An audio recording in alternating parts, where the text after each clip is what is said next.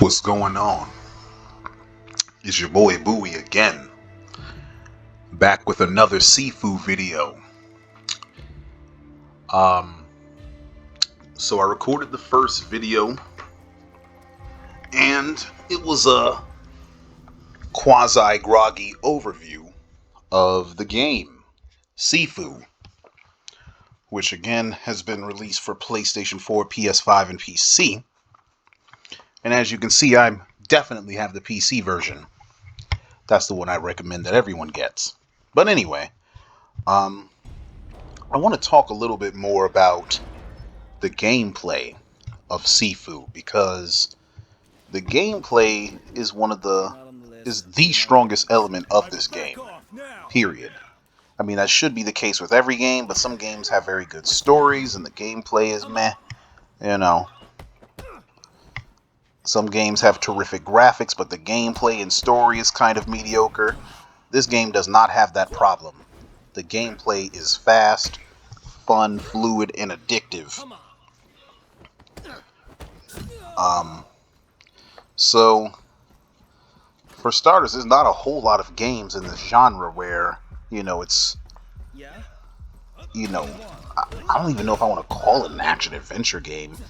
You're not really exploring all that much, but, it is martial arts based rather than swordplay or gunplay or anything like that.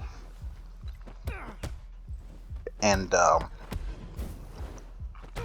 they got a real martial artist to mocap these moves that you see my character doing.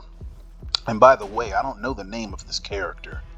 It's kind of interesting where the main character's name is sort of irrelevant. But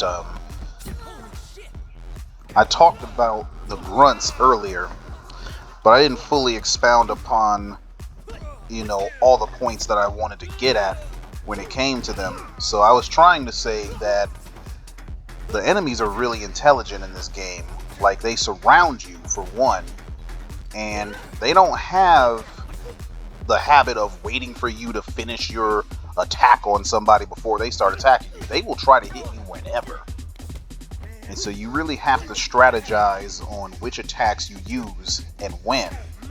And so in this gameplay, you'll often see me using that attack right there, which I call it the Fury Swipes. I also love using the push maneuver. And then I also like using this really fast counter strike, BOM, where I hit him in the solar plexus. And then after that I can grab or go into a push or do some other attacks after that. I use that attack a lot because it's a combo linker. You can do your heavy or light attacks and then go into your, counter move, and you can continue your attack.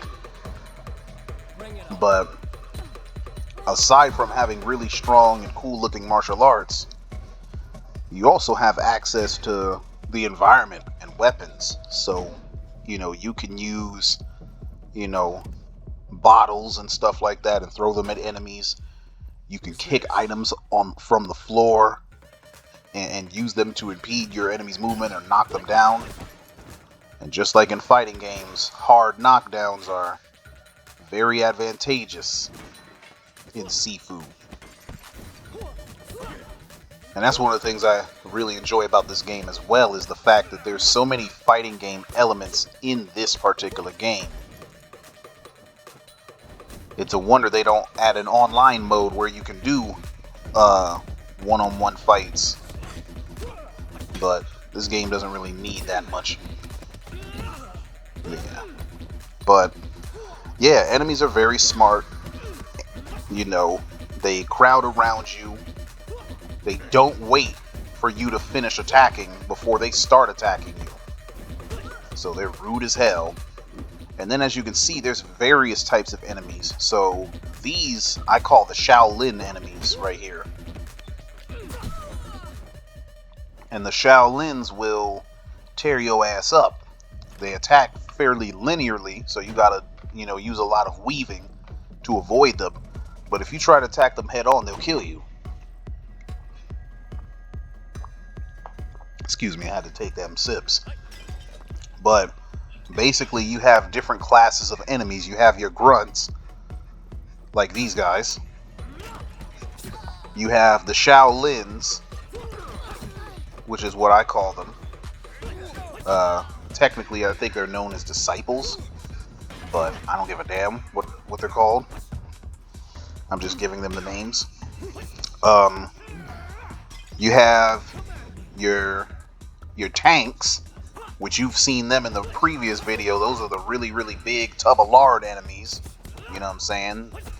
High health, super armor, grabs. They do a third of your life bar when they grab you, so you really do not want to be grabbed by them. You also have, well, I'll get to, no, I'll just go ahead and tell you. So you also have these exclusively female enemies that they're known as the flash kicks in the game, but I like to think of them as ostriches because they have really long legs and they're really graceful and stuff, you know, but they'll kill you. And you have to fight each of these enemy classes differently. And then, of course, you also have the skinny tanks. There isn't a skinny tank character in this game, or a skinny tank enemy in this particular stage, but I'll expound upon them in my next video. But in this stage, there's mostly grunts. You have the flash kicks and your tanks, and then the Shaolins, aka the disciples. Let me take this sip.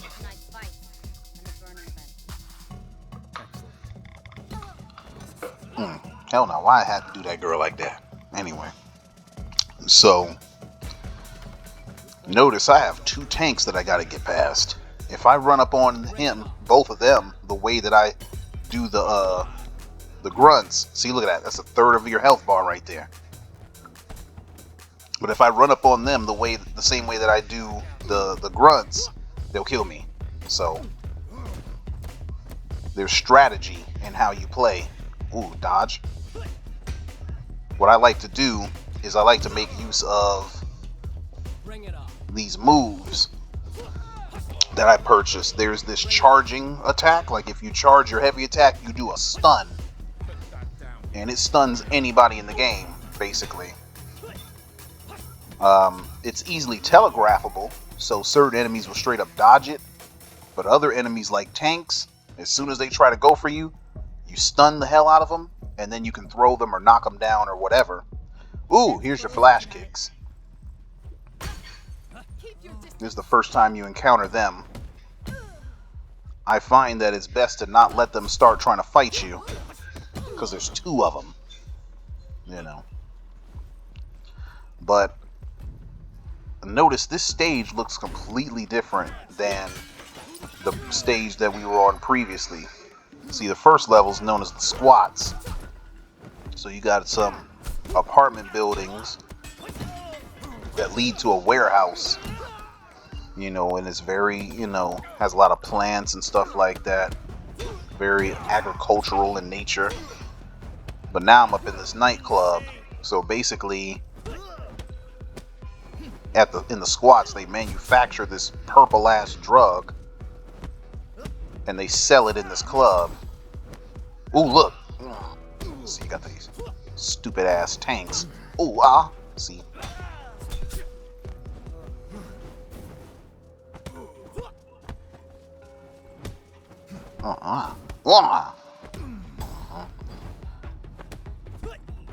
But it's crazy, like every time you play this stage, the run is completely different. And it's not just this stage, all of them are like that. You can play the same stage 100 times in a row and you will get 100 completely different runs. Bring it on. Like, you might die in some of them. You might encounter an enemy that, you know, you're able to knock his ass out, but then he comes back and he just revitalizes and gets the yellow aura around him. Ooh, here's a disciple. You are not supposed to be part of tonight's. And, you know, The gameplay is terrific. Oh, look, and then you have focus abilities where you can slow down time and do these pointed attacks that stun the opponent for long durations of time. I honestly don't make, enough use of them in normal gameplay, and that's because I can't really use them that much. I can't use them at all on the final boss, and so I kind of condition myself not to use it that much. See, I'd never beaten that enemy that way before. But yeah, so basically you have these moves that you can purchase and upgrade, and it really is worth your while to go back and play these stages as many times as you can and pay for the most upgrades as you can get. So, you would go to that menu, get your upgraded moves and things of that nature. The upgraded moves make a whole lot of difference in the gameplay, I find. That's why you see me spamming some of them so much. Be careful what you ask for, boy. Punk. Damn. Dramatic slowdown. But anyway,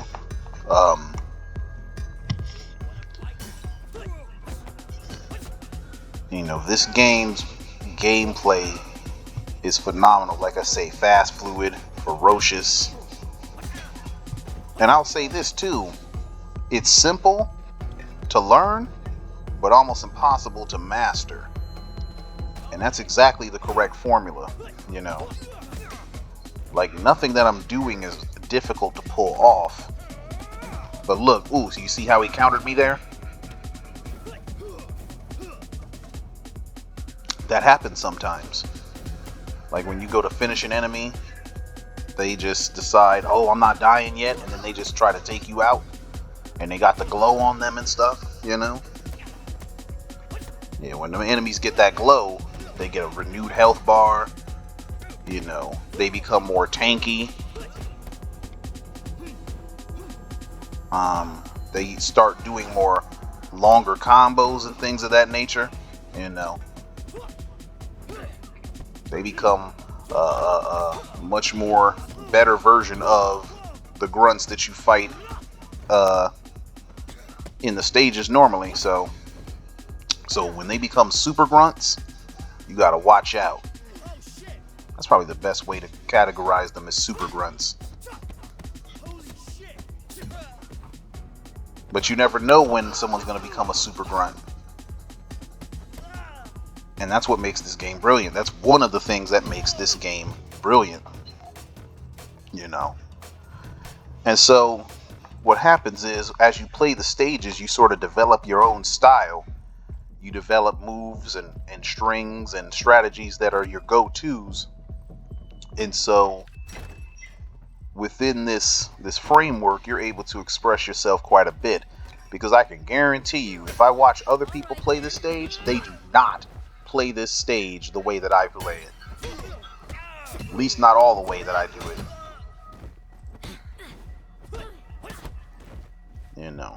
And that's what's cool about this game, because, oh my god, I cannot believe he made me trip, you stupid mother. Yeah, but anyway, other people do not play this the way that I play, and I don't play the same way that other people play. And that's a great thing, because what happens is, when you watch other people play, you can get ideas, you can get inspiration, you can learn about the game. And that's one of the things that I think is the most brilliant about this game, is that there's a learning curve. And that learning curve, though it's steep, it's not impossible. You know what I'm saying? Let me take this sip. That lemonade good as hell. But anyway, this game's learning curve is steep, but not impossible. This game will knock you on your ass the first time you play it. You're going to die a lot. And I didn't fully expound upon how death works in this game, so I basically explained 80% of it. But the other 20% is that, you obviously don't live forever. And so as your death counter rises and you continue to die, after the age of 25, you start trading health for damage. So if you die at the age of 25 or whatever, and then you die again, at that point your death counter is probably at around 4 or 5. So you would come back at age 29 or 30 or something like that. At that point, you start doing more damage. Like your melee attack strength is higher, but you also have a shortened health bar. And I think that's a very interesting concept because it's rewarding you and punishing you for dying at the same time. Ooh, good parry, goddamn. You know, also, one other thing that happens is, you know, as you keep dying, you get older and older and older, and you max out at age 70. And at that age, if you die again, you just restart. I've never gotten to that age. I always reset before that ever happened. Now watch this. I had never tried that before. I had never tried to win in that fashion. That's smart. You know. But yeah, like I say, this game really does allow you to express yourself, and you really have to learn how to win. Like the first time I fought this boss with the staff, I got my whole ass kicked because I didn't know how to fight him. I did not know how to win against him. And apparently a lot of people did because, you know, he was the first boss that, you know, really you had to have strategy for. And that's one of the most brilliant things about this game, is that you really do have to strategize when you fight these baddies. So notice, that was a disciple, but she had a damn stick.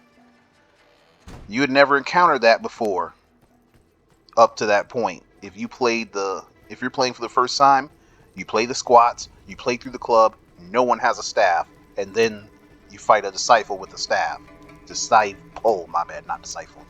I hope y'all didn't hear that, but y'all probably did. Anyway, that's the first disciple that you fight that has a damn stick. She plays completely differently than the other disciples do. End of the road for you. You know?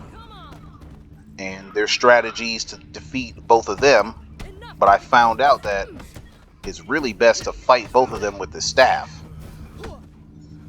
Because when you block attacks, it breaks their structure, or it does way more damage to their structure than, you know, blocking your normal attacks. Ooh. Yeah. And so strategy is a very large part of how to play this game. And that is part of what makes the learning curve so steep. But once you manage to, you know, adapt to it and learn and then develop your own strategies, then you begin to experience the full brilliance of this game. Let me take another sip.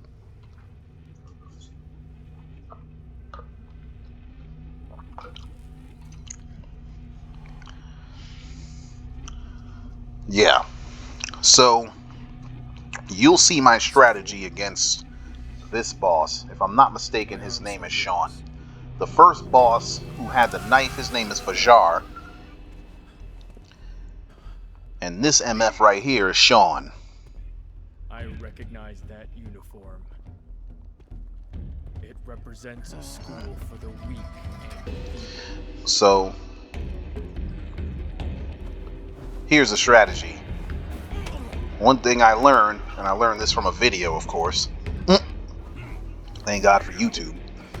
Is that this boss's attacks in this first part, all of them are high. And they're all highly telegraphed because he's using this big old staff. And so what you could do is literally just weave him to death.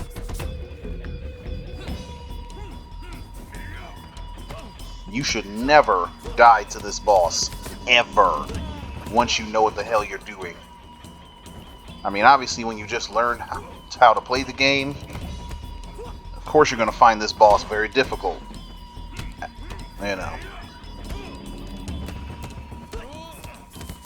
Ooh.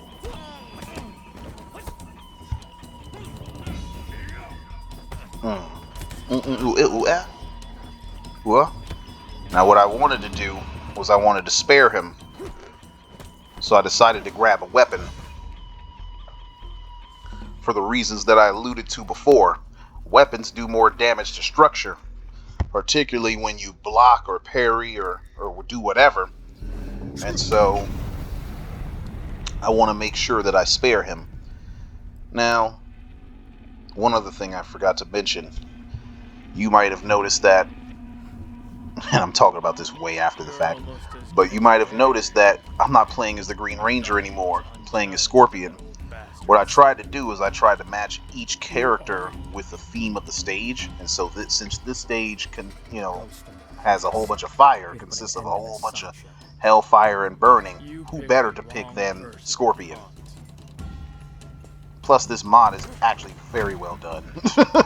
You know.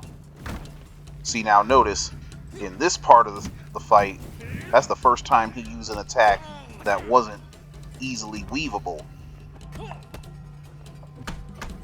He uses a low, and so you have to really, learn to hop dodge when you see it.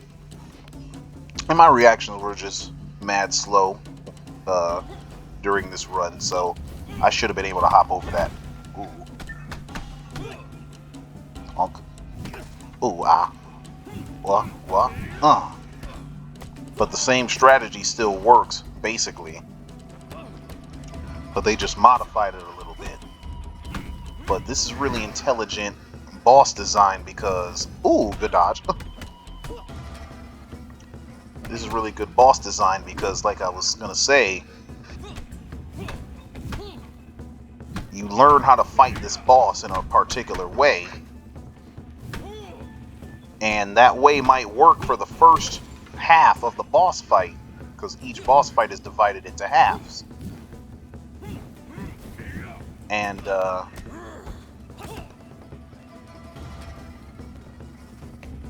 what works in the first half kind of works for the second half, but not really. And that even depends on the boss, because the boss I fight after this, she plays completely different in the first half versus the second half.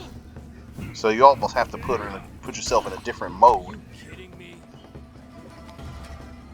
Huh. Ooh, good dodge, goddamn. But ooh, beautiful. See, I'm trying to parry. Notice that both his structure and my structure are just dummy high. And now I broke his structure. That's a hell of a shot. Woo!